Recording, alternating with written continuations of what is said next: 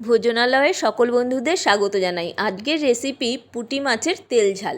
প্রথমে আমি বড় বড় পুঁটি মাছ এরকম ধুয়ে পরিষ্কার করে নুন হলুদ মাখিয়ে রেখেছি। এবারে কড়াইতে সর্ষের তেল গরম করে এর মধ্যে সামান্য একটু নুন আর একটু হলুদ গুঁড়ো দেব। তারপর মাছগুলোকে ভেজে নেব, হালকা ভেজে নেব। নুন আর হলুদ দিলে মাছগুলো আর কড়াইতে লেগে যাবে না। পুঁটি মাছ বেশি ভাজার দরকার নেই, তাহলে আর স্বাদ থাকবে না। দু পিঠ ভালো করে ভেজে এরকম তুলে নেব। তারপর ওই তেলের মধ্যেই আমি একটু কালো জিরে ফোড়ন দেব। এবারে একটা মিক্সিং জারে সর্ষে, পোস্ত আর কাঁচা লঙ্কা আর একটু সামান্য নুন দিয়ে বেটে রেখেছি, সেটা এর মধ্যে দিলাম।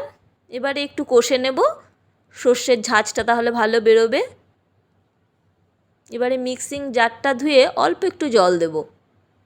এবারে স্বাদ মতো নুন দেব।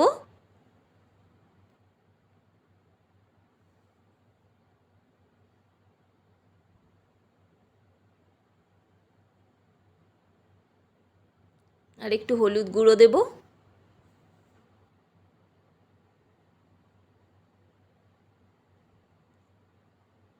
তারপর 2 মিনিট ফুটতে দেব।